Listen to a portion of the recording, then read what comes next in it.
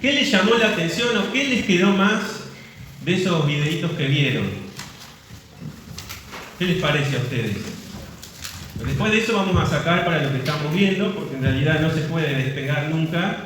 La historia de la iglesia es toda una, ¿sí?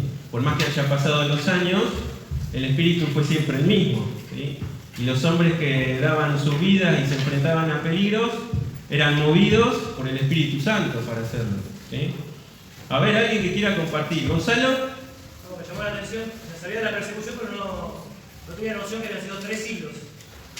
Casi 3 siglos de persecución. Bien. Sí, ese video en realidad fueron más después, Fueron más. ¿no? Y sí, porque acuérdense que después viene el oscurantismo también, y después la propia Inquisición también hizo lo suyo, ¿sí? Porque si bien el cristianismo va mutando, va transformándose en una iglesia oficial asociada al Estado, muchos cristianos no estuvieron de acuerdo con eso y se congregaban aparte, ¿sí? Otros cristianos se refugiaron en conventos siendo católicos y gracias a ellos tenemos esto, Casiodoro de Reina era un monje que tiene el título del hereje más hereje de todos, porque estaba prohibido replicar la palabra de Dios en los idiomas, en las lenguas vernáculas. La única palabra era la Vulgata Latina, que era una traducción al latín. Y si no sabías latín, reventás, porque... Y la posibilidad de escuchar esa palabra era solamente cuando concurrías a las iglesias. Ustedes fíjense, recién en el siglo XVI, que es el siglo también de una brecha importante, porque es el siglo de la Reforma, que a tantos nos gusta leer y estudiar, porque salen personajes como Lutero, ¿no? Como Calvino, como Zwinglio, el suizo, y tantos reformadores, que lo que hicieron es, movidos por el Espíritu de Dios, esta palabra que estaba restringida al pueblo, empezar a ¿qué? A traducirla. Fíjense, ¿no? 16 siglos pasaron donde la palabra de Dios no era abiertamente diseminada al pueblo. Y había mucho analfabetismo también, o sea que tampoco era que tenían tanto libre acceso. Las copias que habían eran de personas acaudaladas. No era fácil replicar esto, y tenías que tener cierta cuña con los que guardaban las escrituras, ¿sí? Nosotros hablamos un poco de la iglesia de este primer siglo, que cuando salieron, ahora vamos a leer un poco, no tenían un escrito para llevarse como nosotros hoy tenemos. ¿Cómo era? Repasamos, buscamos en el celular y tenemos una ventaja espectacular. Pero 16 siglos existieron hasta que un método tecnológico también ayudó. ¿Se acuerdan cuál fue? La imprenta de Gutenberg, ¿sí? Que a fines del siglo XV se diseña y se crea, y en el siglo XVI, no existen las casualidades, seguro era todo dirigido por Dios, todos los reformadores pudieron tener tanta fuerza porque por la imprenta pudieron imprimir. De hecho, el primer libro impreso en esa imprenta de Gutenberg fue la palabra de Dios, el Nuevo Testamento, ¿sí? Obviamente estos hermanos sufrieron persecución por eso. Y hay muchas historias, ¿no? de corportores que llevaban los escritos debajo de las cosas que vendían, ¿no? Porque estaba prohibida la palabra de Dios. Porque solamente se podía leer en la iglesia oficial y en un idioma oficial. Nada más. El resto era herejía, ¿no? Y muchos hombres tuvieron historias, por ejemplo, la historia de Casiodoro de Reina es espectacular. Yo después les voy a pasar un videito también corto para que la puedan ver, porque es un hombre que vivía de lugar en lugar porque lo perseguían por donde estaba, y a donde llegaba, si había alguien que lo reconocía, daba aviso y tenía que correr. Toda su vida fue nómade y toda su vida con los rollos al hombro, ¿no? Y a pesar de todo eso, Dios lo protegió, y fíjense qué fuerza tenía este hombre de voluntad, porque la versión Reina Valera es secuela de eso que ese hombre hizo, ¿no? Por eso es que a veces nosotros, lo voy a hacer personal, a veces no valoro lo que tengo que valorar, la palabra de Dios, el escrito que tengo, ¿sí? Y bueno, y eso también es, cuando nosotros conocemos cuánta sangre corrió de hermanos nuestros para que hoy tengamos este libro precioso a libre disposición, es como que nos cachetea un poco, ¿no?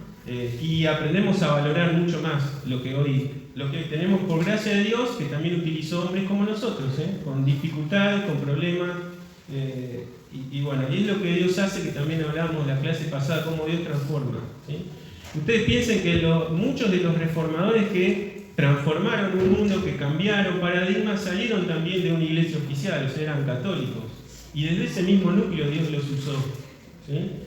Por eso es que nosotros sabemos que lo que salva no es una denominación, es el poder de la palabra de Dios. Y muchos católicos eran hermanos en Cristo condicionados por ciertas tradiciones o impedimentos, pero que aún así en ese condicionamiento y en esa reclusión que tenían a veces en convento, trabajaron y toda su vida dieron para hacer cosas que no fueron tan vistas en su tiempo, pero que tuvieron repercusión siglos después, ¿no? Hoy nosotros disfrutamos de una versión a la cual estamos tan aferrados, porque es más una reedición de 1960, que ya no hablamos en este lenguaje, ¿no? Porque ustedes piensen, de la 1909 a la 1960, al menos mi viejo me contaba que hubo cierto rechazo a cambiar, ¿no?, la versión. Y hoy todavía seguimos aferrados, porque hay un cariño a la versión, porque hemos estudiado textos de esta versión, pero bueno, hay nuevas generaciones que el lenguaje tiene que ir modificándose también, y eso es lo que ha pasado a lo largo del tiempo, pero la base sólida de una traducción, fíjense, fue de un hombre del siglo XVI, que puso toda su vida y su físico, su integridad, todo al servicio de Dios para dejar un legado. Gonzalo decía que se asombraba de esos 3 siglos de persecución, ¿sí? Ahí en ese videíto habla de las persecuciones generales, ¿no?, dadas directamente por edicto de emperadores. Pero los cristianos la pasaron mal todos esos siglos porque habían después persecuciones aisladas, internas, y además no tenían el visto bueno de la sociedad. Porque todos iban a un circo, no al circo que hoy conocemos, ¿no? Iban al Coliseo, a los espectáculos que hacían, y los cristianos no participaban de esas cosas, ¿no? Ayer Mati nos hablaba un poco del tema de los sacrificios y de la comida, y de cómo también eso era en cierta forma tropezadero para estos nuevos cristianos, y eran mal vistos por los demás, ¿sí? No había un buen, digamos, en cierta forma hoy pasa un poco lo mismo a veces, ¿no?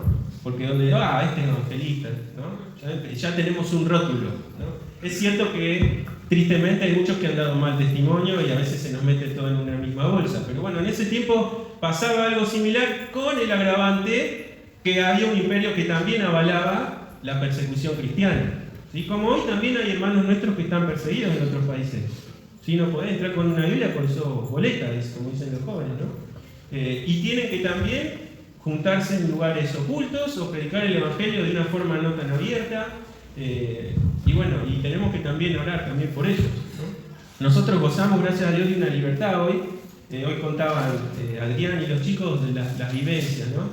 Gracias a Dios que podemos tener la libertad. No sabemos por cuánto tiempo más, porque el mundo está cambiando y los cristianos somos un obstáculo para esa agenda globalista, ¿no? Si no han podido avanzar mucho más de lo que ya avanzaron, es porque, sobre todo los cristianos evangélicos, no tenemos una estructura piramidal. A nosotros no nos manda un llamado papa ni una institución arriba nuestra, ¿no? Y cada iglesia tiene autonomías, entonces es muy difícil para una agenda global poder meter en alguien de arriba para que piramidalmente nos dirija a todos. Bueno, la Iglesia Católica hoy está cayendo moralmente, ¿eh? Ya están avalando los casamientos de homosexuales, obispos, avalados por la autoridad que ellos llaman papa. Y así van a ir contaminando y nosotros somos como el último bastión de resistencia, hasta que legalmente nuestro mensaje sea un mensaje de odio y nos puedan meter en la cárcel por eso. Que les digo que ya está pasando en muchos países, donde no se puede decir abiertamente lo que es pecado, lo que está mal, la moral cristiana, porque sos enseguida enjuiciado, metido preso y si te he visto no me acuerdo. Y los derechos humanos de que tanto se habla son derechos para algunos y no para otros. No sabemos qué pasará de acá a unos 10 años. Nosotros vemos, al menos a mí me sorprende cuánto en tan poco tiempo ha cambiado tanto. Sobre todo la degradación moral, sobre todo, ¿no? Hay un dirigente político que dice que el problema del Estado argentino es el problema moral. No sé si han escuchado. Coincido. Porque todos los imperios cayeron porque primero se degradaron moralmente. Cuando hay degradación moral, hay degradación de todo lo demás. Hay degradación económica, hay degradación en lo cultural, ¿sí? Y nosotros tristemente estamos en un punto ya casi en una línea roja culturalmente. Argentina no es un país que lo vemos florecer y no todo lo contrario. Y eso también es consecuencia de una degradación moral que estamos abrazando. No lo estoy haciendo yo, pero que estamos hablando como nación, ¿no? Por eso es difícil pretender que Dios pueda bendecir un país así. Y bueno, cuando Dios emite juicio, nosotros estamos en este país y tendremos que sufrir ciertas consecuencias de eso. ¿Cómo nos vamos a mantener? ¿No? En los videitos que le mandé había algo que decía y unas preguntas que hacía que era cómo la persecución había afectado al resto de la historia, ¿no? ¿Qué creen ustedes? ¿Cómo afectó primero al cristianismo de ese tiempo la persecución y después qué repercusiones existieron hacia adelante? ¿Se extendió?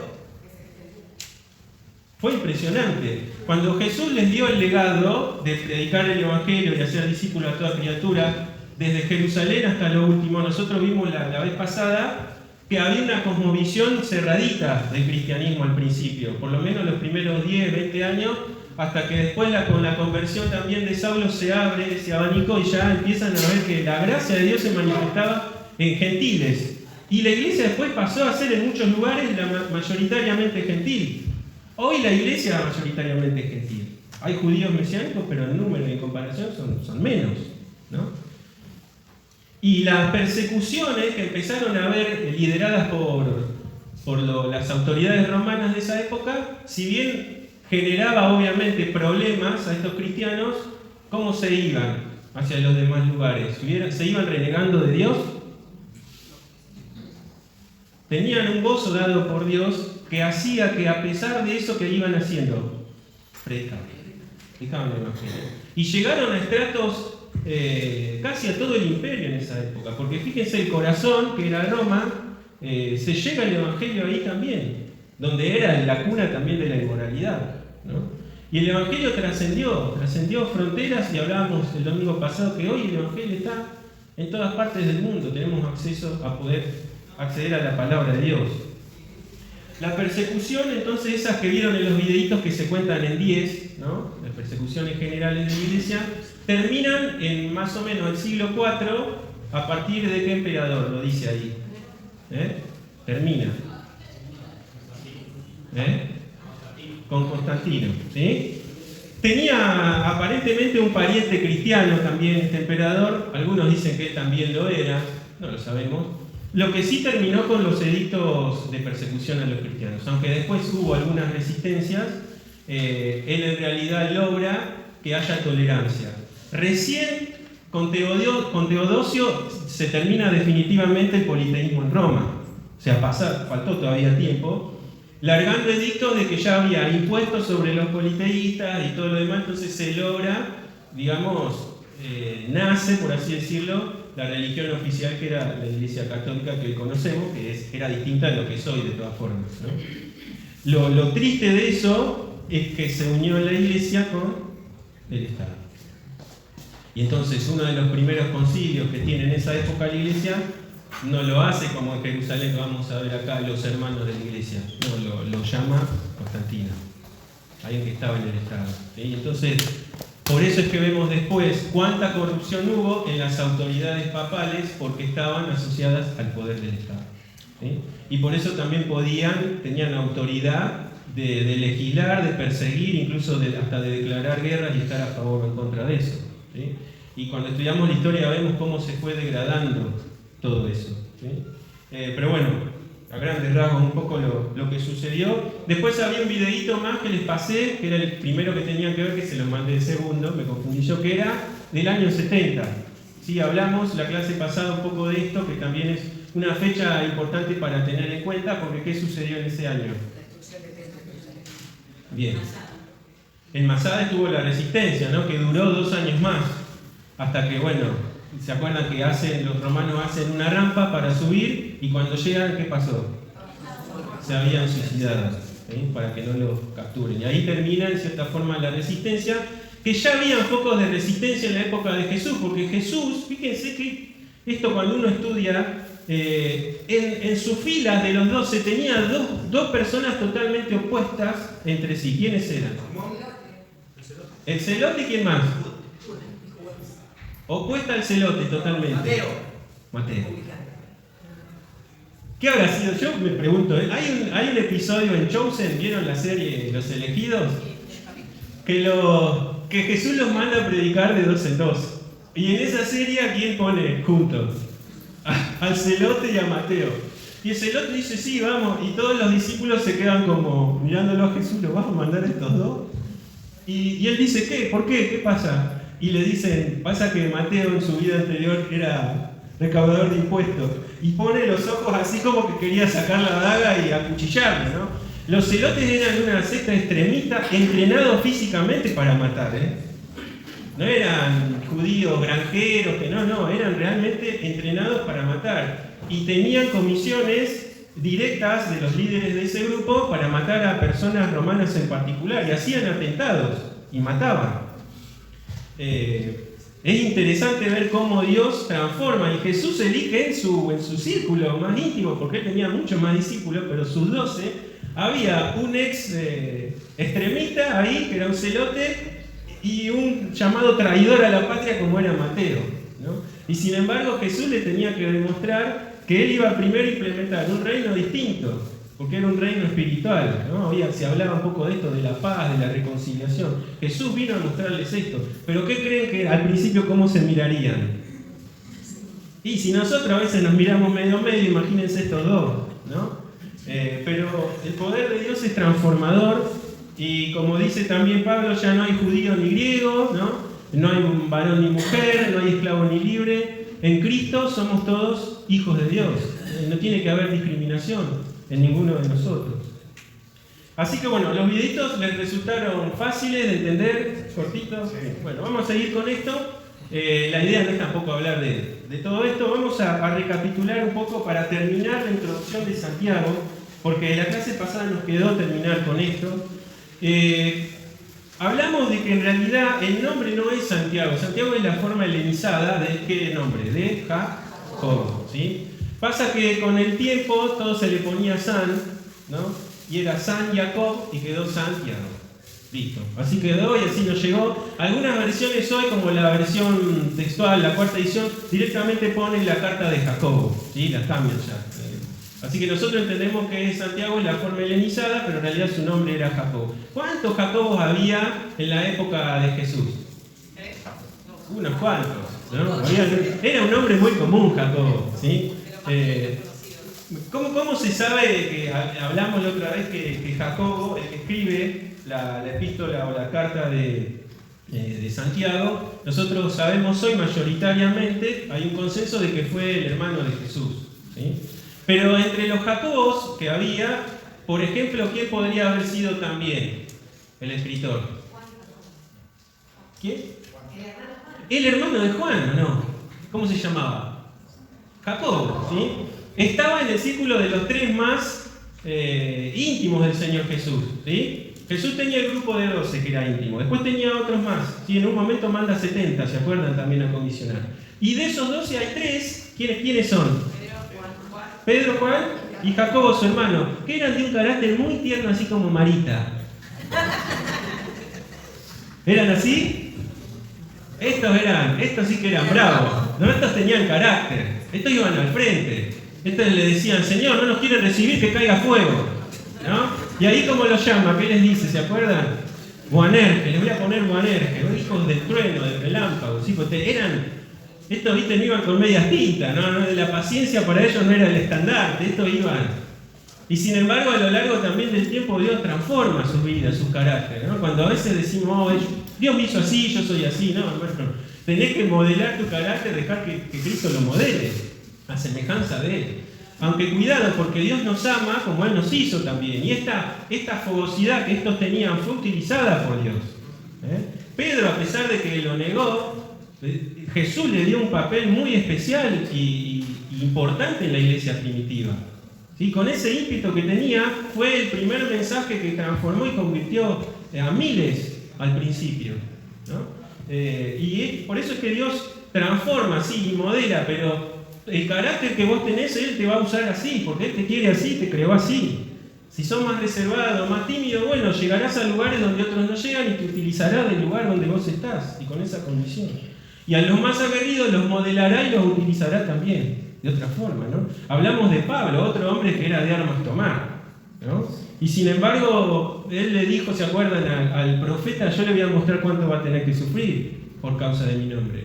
Y era un hombre que era inquieto, Era muy inquieto Pablo, no se quedaba mucho tiempo en un lugar, enseguida quería salir y recorrer y visitar, y evangelizar y fortalecer a las iglesias. Así que esta primera iglesia, nosotros empezaron a leer Hechos. ¿Algunos les dije la clase para empezar a leer? Bueno, Hechos y Santiago, muy bien. Empiezan a leer que dice tenían todo en común, ¿sí? Y tenían gracia y eran bien vistos de los demás. Y dice que vendían. Vendían sus propiedades y a quienes las daban. A los necesitados. ¿Cuánto duró eso? Poco. Duró poquito. ¿Sí? Cuando se convierten ahí en Pentecostés muchos, por ese mensaje de Pedro, ¿sí? ¿Se acuerdan? Los que venían eran judíos que habitaban en lo que se llama la diáspora o la dispersión. ¿Sí? Eran judíos que vivían en todas las partes del imperio, que venían a celebrar la fiesta. Escuchan el mensaje del Evangelio, ¿qué hacen? Se convierten. Había un montón ahí, Jerusalén no daba abasto para contener tantos hermanos. Muchos volvieron a sus respectivos lugares, pero otros se quedaron, porque no había iglesia en los lugares donde vivían. Tenían su sinagoga nada más, pero ahora ellos habían conocido un nuevo camino, era nueva vida. ¿Y la fuente de autoridad dónde estaba? ¿Dónde residían las autoridades espirituales? En Jerusalén, porque ahí estaban los apóstoles, ¿sí? Que eran los que tenían autoridad espiritual. El Señor después levanta profetas también, y hombres poderosos que también incluso hacían milagros para respaldar la palabra de Dios. Pero entonces estos judíos que habían venido a una fiesta, que conocen a Cristo, yo no me quiero ir de acá. Yo no quiero volver al lugar donde estaba así. La autoridad espiritual está acá en Jerusalén. Lo que resultó de eso es que muchos perdieron sus trabajos o tuvieron que vender sus propiedades para su nuevo lugar, otros también regresaron, y lo que empezó a pasar es que la iglesia se empezó a quedar pobre. No había sustento para todos. Acuérdense que la iglesia también se hacía cargo de las viudas, ¿sí? Y entonces, no por obligación o imposición, sino por amor, ¿qué hacían? Vendían algunos sus propiedades, las ponían a los pies de los apóstoles, dice la palabra, lo que significa que la administración era por ellos, y se repartía de acuerdo a la necesidad, las viudas, los pobres, los necesitados, ¿sí? Pero esto duró poco tiempo, 4 o 5 años, no pudo durar más, porque vimos que, por ejemplo, en la persecución grande, donde muere Esteban, se tienen que sí o sí dispersar. Vamos ahí a, por ejemplo, el capítulo 8 de Hechos.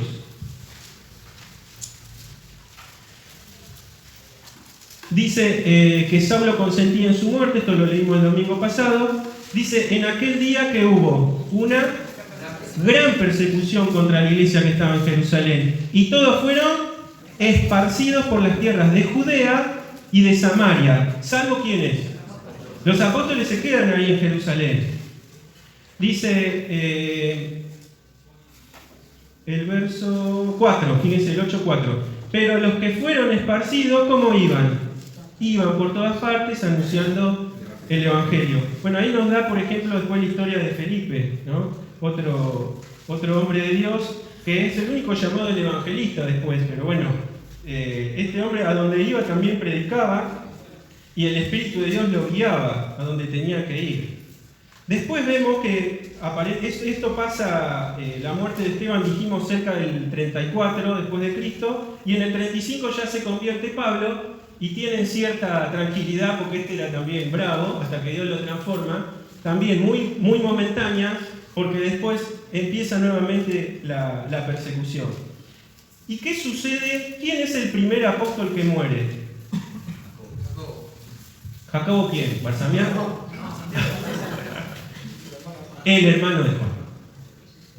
Por eso es que se descarta como el autor de esta carta, porque muere muy tempranamente. Esteban muere en el 34 y en el 44 muere Jacobo, el hermano de Juan.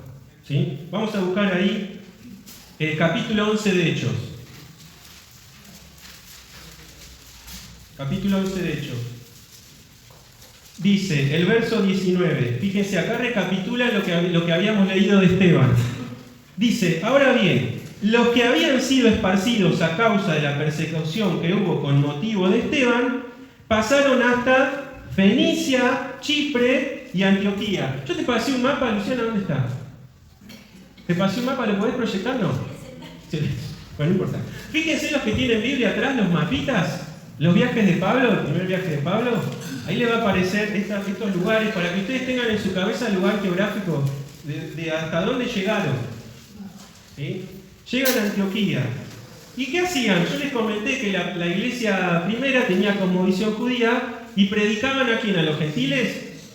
No, a los judíos. Fíjense que dice, no hablando a nadie la palabra, sino solo a quienes. A los judíos. ¿Ven que todavía había una cosmovisión cerrada? ¿Sí? A pesar de que ya Pablo se había convertido. Y dice, el 20 dice un pero, porque ya empezaba el espíritu a movilizar también. Dice, pero había entre ellos unos varones de Chipre y de Cirene, los cuales cuando entraron en Antioquía, hablaron también a quienes. A los griegos, anunciando el evangelio del Señor Jesús. Y la mano del Señor estaba con ellos, y gran número creyó y se convirtió al Señor. Llegó la noticia de estas cosas a oídos de la iglesia que estaba en Jerusalén. Acuérdense, la iglesia en Jerusalén era como la iglesia central, ¿no? Y enviaron ¿a quién? A Bernabé que fuese hasta Antioquía. Acuérdense, cuando Pablo se convierte, él pasa 3 años de discipulado en el desierto con Cristo y después baja a Jerusalén y en Jerusalén lo recibieron con las manos abiertas. ¿Sí o no?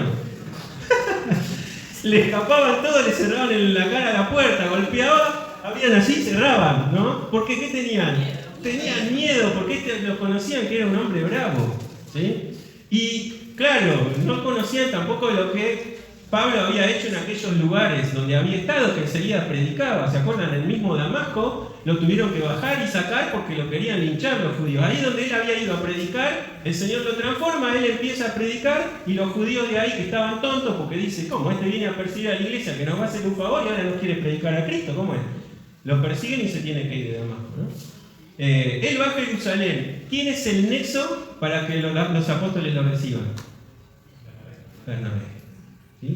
Bernabé era un hombre que estaba dispuesto, porque también conocería de parte de Dios el espíritu de Pablo, ya no era el mismo, ¿sí? Conocería lo que había hecho, cómo había cambiado su vida y cómo ahora lo perseguían los amigos de él, que antes eran perseguidores, ahora él era un perseguido, ¿no?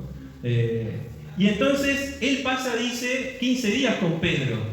No sabemos qué habrá hablado con él, pero sin duda un cambio de información espectacular, ¿no? Pedro le comentaría también cosas vividas, ¿no? Con el Señor, un montón de cosas.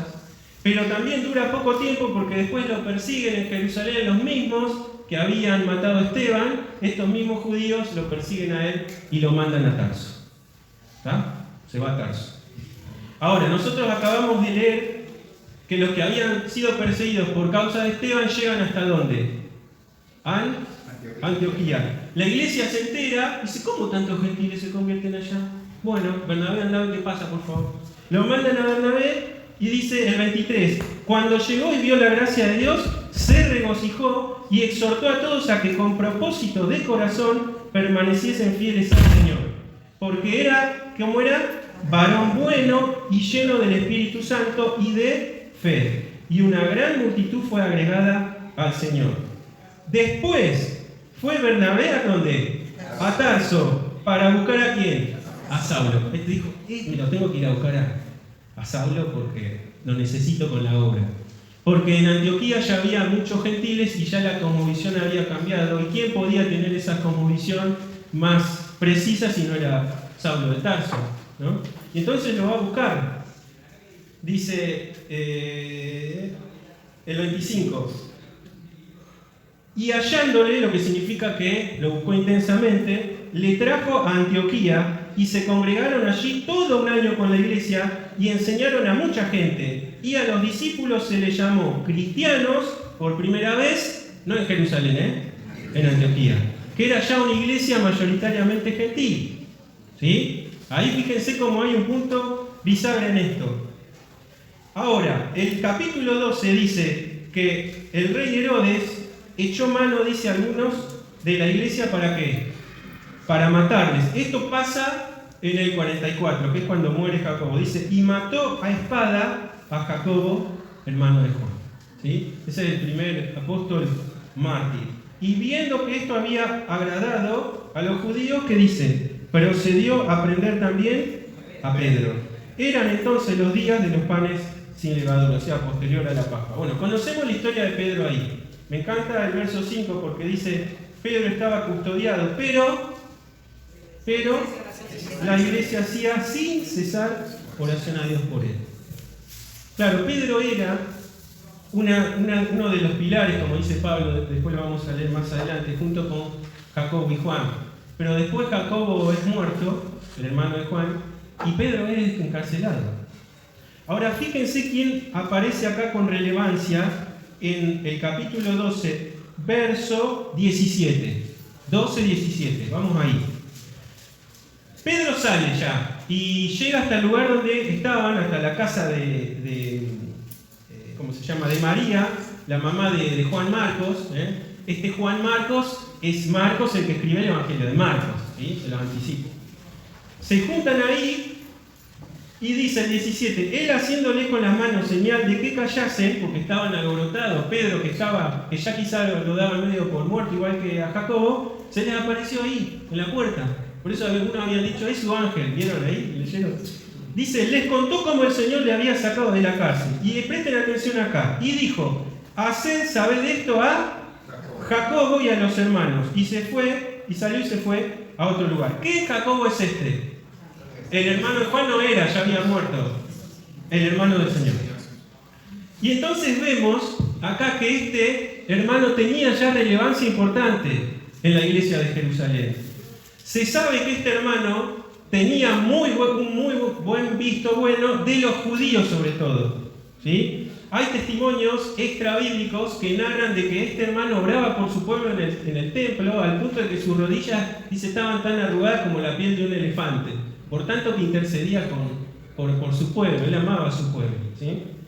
Ahora fíjense, porque ahora vamos centrándonos un poco en la relevancia de este hombre para la iglesia primitiva.